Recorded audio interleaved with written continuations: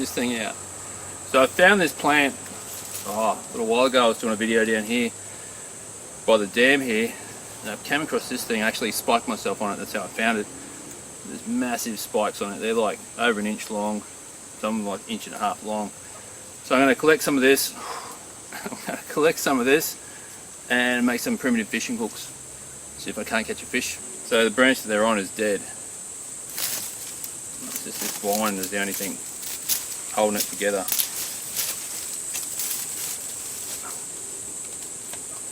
Alright. Look at those crazy things. So I've got a few there. So I'll take this back up the shoulder and see if I can't make some primitive hooks and go catch a fish with it.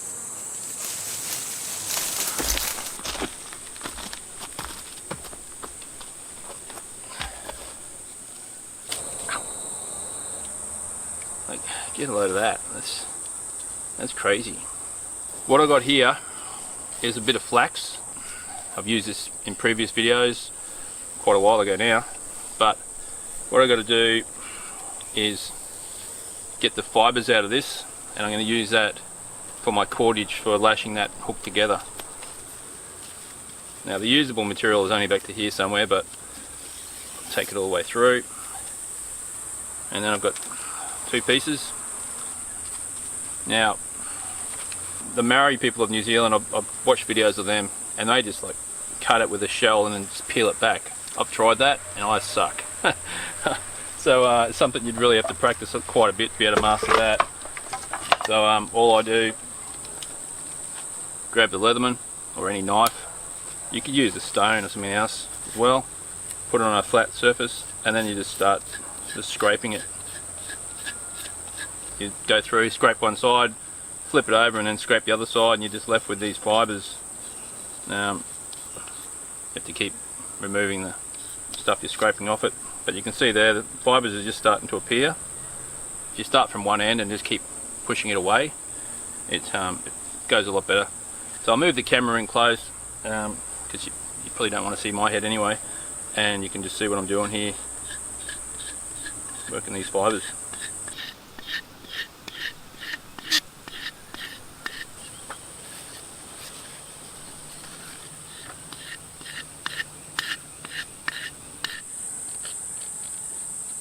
If you remember, it started out like that. I ended up with something like that. Now there's a few strands that have come off it while I've been processing it. So it's just a matter of twisting it away from myself, bring it back over the top. Twist, back, twist, back. So I've got my bit of cordage there.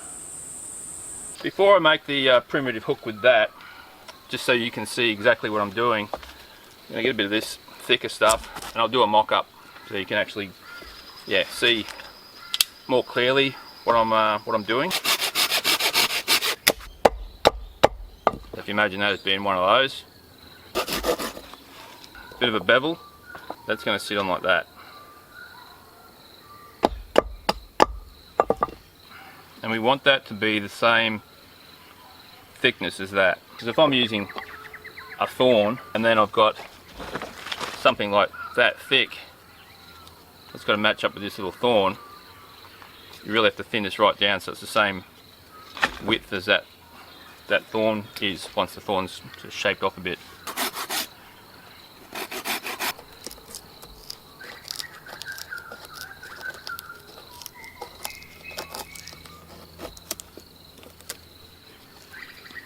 Alright, got this bevel that my piece is going to go onto, and I've got this sort of curve.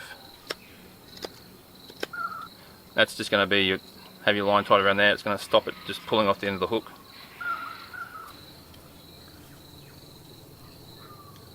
Alright, so you want to lay that down on the side that's furthest away from you, and then you're going to bring it underneath and then back over the top as close to the end as you can, close to this end as you can, and then back over the top. That then locks it in place, and back over here. You can bring that over the top and back down underneath.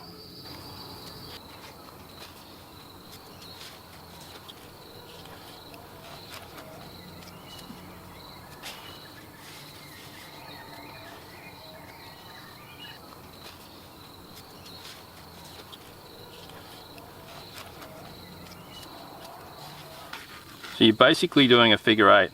So you come over it, and you come under it, and you come across over it, yeah, and then back under it, over it.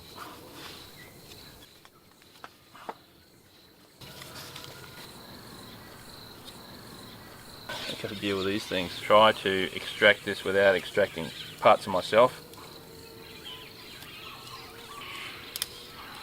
Alright, I've got a barb.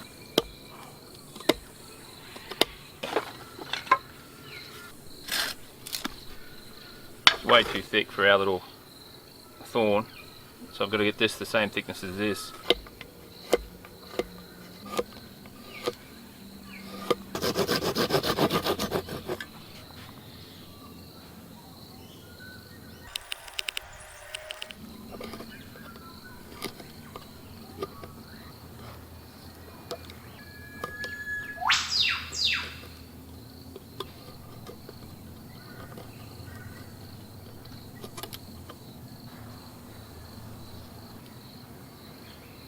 This is a string that I made up out of that flax. So I've probably got, I don't know, 1 foot, 2, 3. Got about 4 foot of cordage. Once I get this lashed on, any that I've got left over, I'll just keep working that up the shank of the hook, which will add a bit more strength to it as well. But this is why I said I'd show you on the mock-up piece, just because it's going to be too hard, because it's so small that I'm working with. By the time I'm holding it all in place, you can't even see the timber in there. But it's the same process. You just lay it down the side of the shank of the hook, yeah, and you're going to go underneath it, back over the top, and then cross over itself to lock it in place. And you come back around, you go over this one, hold everything tight as you're working. Now I'll introduce my barb, just trying to keep them as tight as possible. Over, under, over.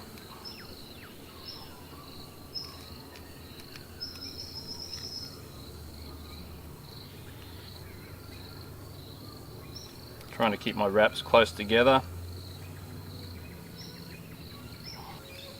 Now you can make this a lot more secure if you want to play around with notches, and cutting notches into the barb and into the shank so that they lock together and they can't move or can't pull up.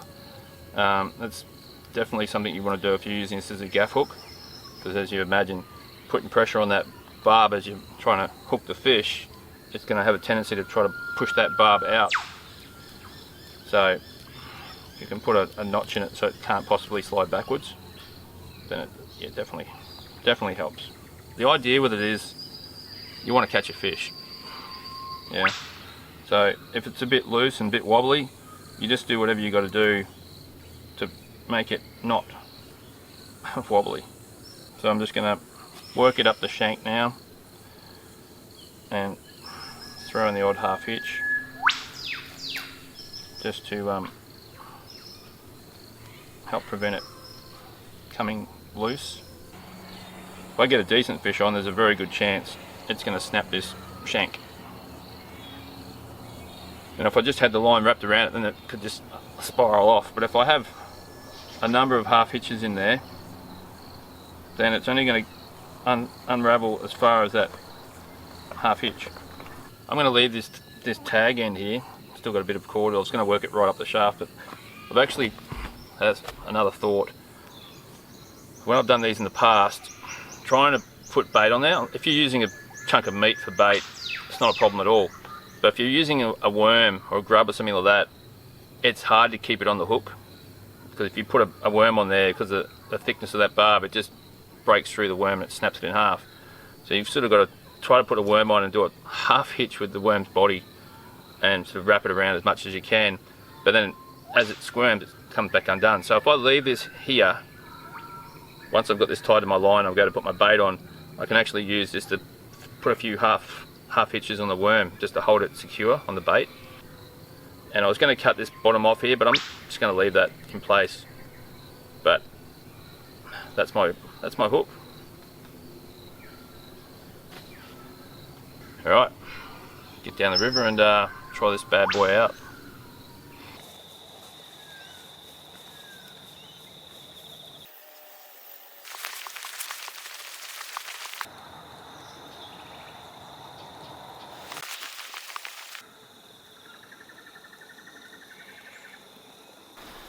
This video has taken so long to make. Like I literally made this hook before I did the boat builds. I did these Bushcraft boat builds. If you haven't seen those videos, go check them out.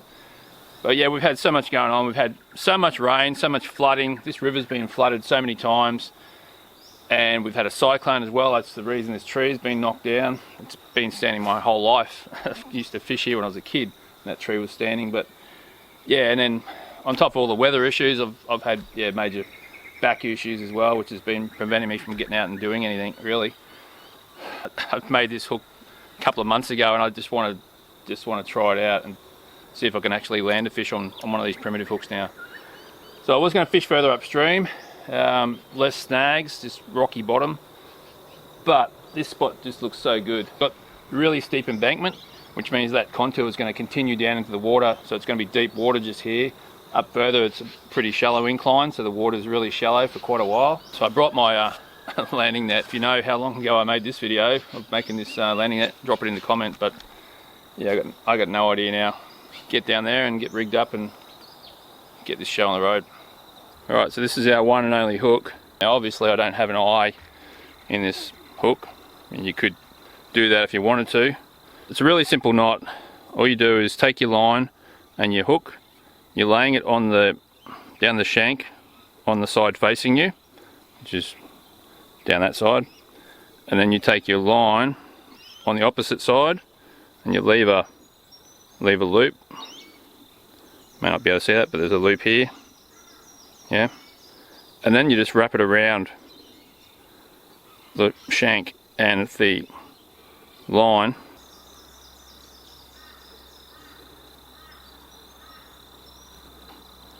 I would have liked a lot more wraps, but I didn't give myself enough material to work with. And then you put it through that loop that you made, and then you just slowly pull your line tight.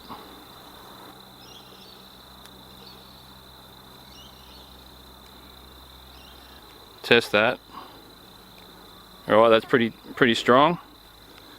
And that's our setup. Now what I got here, some worms that I dug up, big thick garden worms. If I just try to put that on the barb, you can see it's the same thickness as the barb and it will just tear through. So the trick is you've got to try to hook it on a little bit, pin it through the barb a little bit, and then you've got to try to wrap it around. That's why I left this extra bit of cordage to facilitate tying this little sucker on. Now I'll probably try putting a number of worms on here. For this type of hook, your best option or best bait to use is going to be something along the lines of a big chunk of meat. I'm going to throw in a half hitch, try to keep that worm on the hook. Alright, so I've done a half hitch on that worm, put another one on there. Alright, that's the best I'm going to get, I reckon.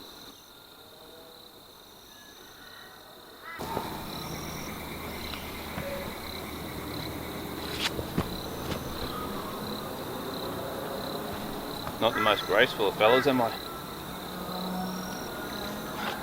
Alright, good thing I tested that, because that would have made the blooper reel. That's really soft. So as you can see from where you are, there's another log that runs out there. So that's a potential snagathon. Yeah, that's handy. I can just sit here at my leisure and fish. Right, let's give this a crack. This thing floats like nothing else. That's no good.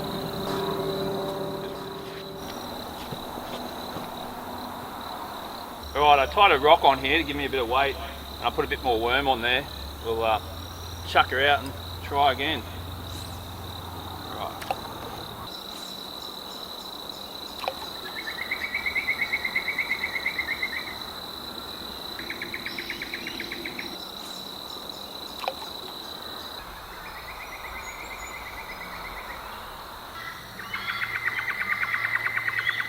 Now you might be thinking, okay, primitive hook, I've done that, made my cordage for it and made the hook up, but I'm using a modern fishing rod and reel.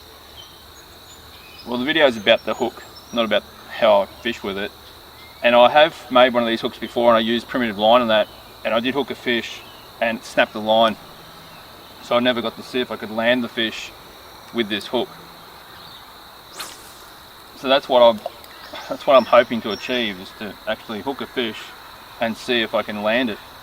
All I need now is a fish to actually give me a chance to land it. I'm going to let it go. Alright, sit it like that so you guys can see as well. So it's not me bumping the line or anything, and I can see what's going on. Now in this river we've got bass, we've got eels, we've got turtles, but what I'm hoping for is a catfish, which will just suck that whole bait in. I know there's a lot of catfish in here. I used to fish literally 50 metres from where I'm sitting. I used to fish as a kid, so I used to catch a lot of catfish here. Definitely some movement happening with my line. So we might be in with a shot here. No, missed it.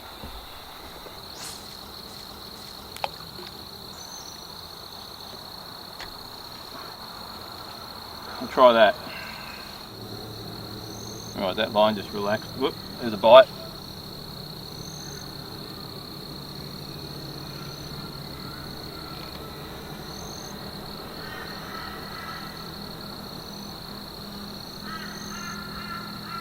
Now if that line's coming towards me.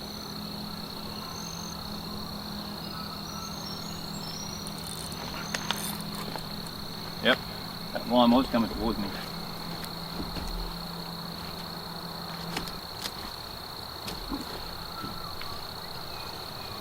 Started reeling that in, and it's just, you can see where that line is. It was out there. That fish has swum straight back underneath all this structure.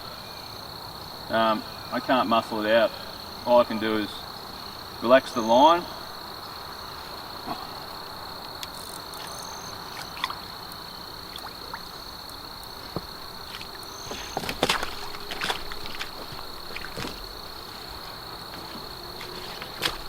As soon as I relaxed it, he just swam deeper in.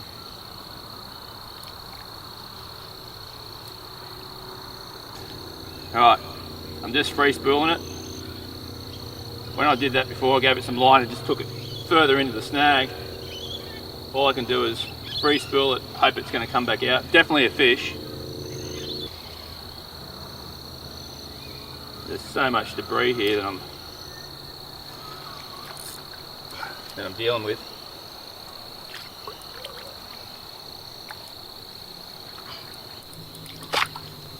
Alright, something gave. The gods have shined on me. So I got my hook back. The barb hasn't snapped off. That was a close one. Really don't want to get that close to losing all my rig again. It's good to know that I can hook a fish on this damn thing.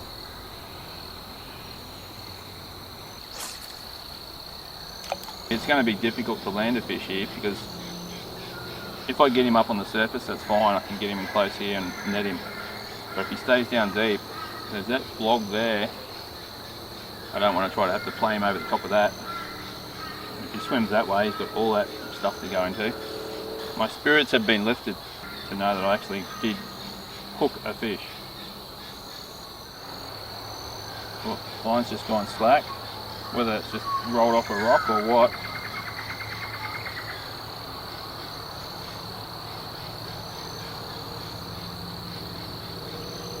No, definitely a bite. Right, set the hook, he says. Nothing. Oh, fish on. Ah, oh, lost him. I don't know if I got that on camera, but it looked like a decent sized bass. Wow. Okay. That was exciting. Alright. Spirits are lifted. I should have tried to set that hook a bit harder. Because I'm not using a chemically sharpened hook here. This is a primitive hook. So I should have tried to set that barb a little bit harder. Usual life lessons. Put another bait on here. And we'll try that again. Definitely when you're using cockatoo. Definitely when you're using live bait, you want to give yourself the best chance to keep it on there, or with any bait, but by leaving that big long tag of the natural cordage that I use to tie the hook, by leaving that on there, it then allows me to then do a number of half hitches onto the bait to try to hold that bait on there longer. And even if you're using a dead bait, if you're using a bit of meat or whatever like that, and you've got that on there, it allows you to just tie it on there better so it doesn't just fall off in the water. So yeah, definitely, that's my one big tip. Leave a big tag of that of the cordage that you use to lash the barb on, so then you can attach that bait easier. Alright, the line's just giving a little bit of a movement.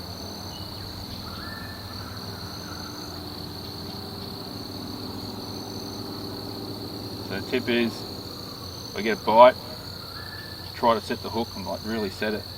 I think that last time I didn't get him initially, and then he came back and grabbed it and missed the barb. As he started seeing it move through the water, he just went after it. Right, there's a bit of movement there. Don't know if you can see that on the camera, but the line is definitely moving. So I'm going to just try to set it once I get another little peck here. No.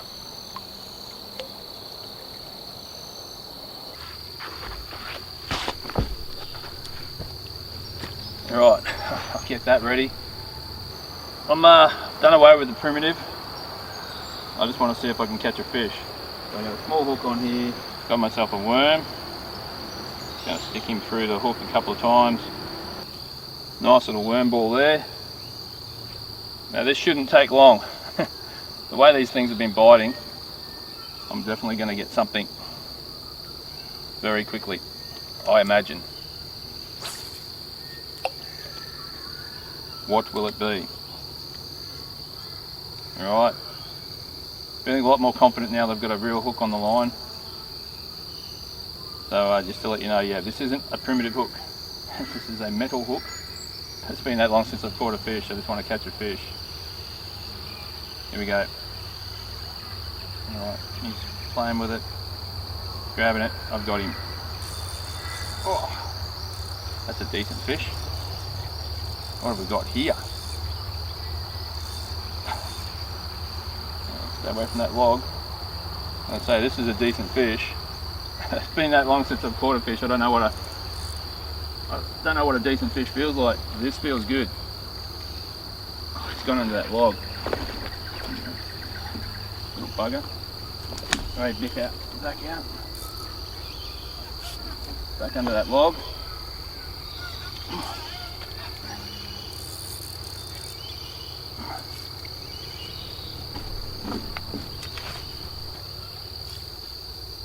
Alright, see if he can swim out.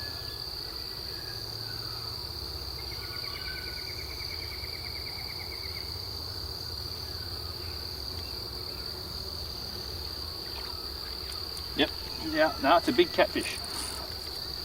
Man, I thought he was he had to be a bass the way he was, but it's just a really big catfish.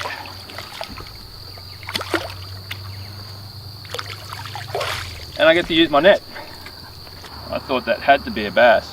Look at that guy. If you're looking for a feed, that'd definitely be what you'd be looking for. All right, he's taken that line, that hook right down his throat. So I'm just going to cut it off and drop him back into the water. There he goes. And he's off.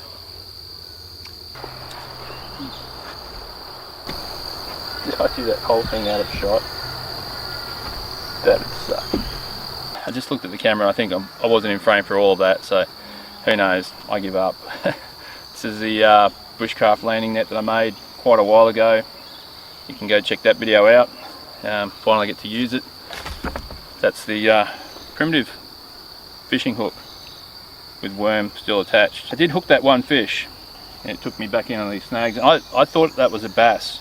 But then that catfish that I just had on, it took me straight under this log out here, which I was afraid of. But yeah, that's the primitive hook. I've still got it. It's still it's held up. It's still tight on there. And yeah, I might try it again with an actual bit of meat, like a cut bait, and really embed that over it so the fish will come up and it can peck at it and then it just swallows the whole thing. I think that might be a better option than trying to just wrap a worm on there. I'm happy that I caught a fish anyway, even if I didn't get it on camera. Yeah, for me it's been a while between fish, just using primitive hooks and bushcraft fishing lures and stuff like that. Yeah, it's really lower your odds. But yeah, hopefully I can get more videos out. But yeah, just with back injury and yeah, with all the rain we've had, it's just really been slowing me down. If you haven't seen all the other videos on the channel, go back through and I'm sure there'll be videos there you'll enjoy watching. I'm going to pack up, track back across this all this grass and get soaking wet again, and then I'll yeah, go do some family stuff. Thanks for watching. I'll catch you in the next video.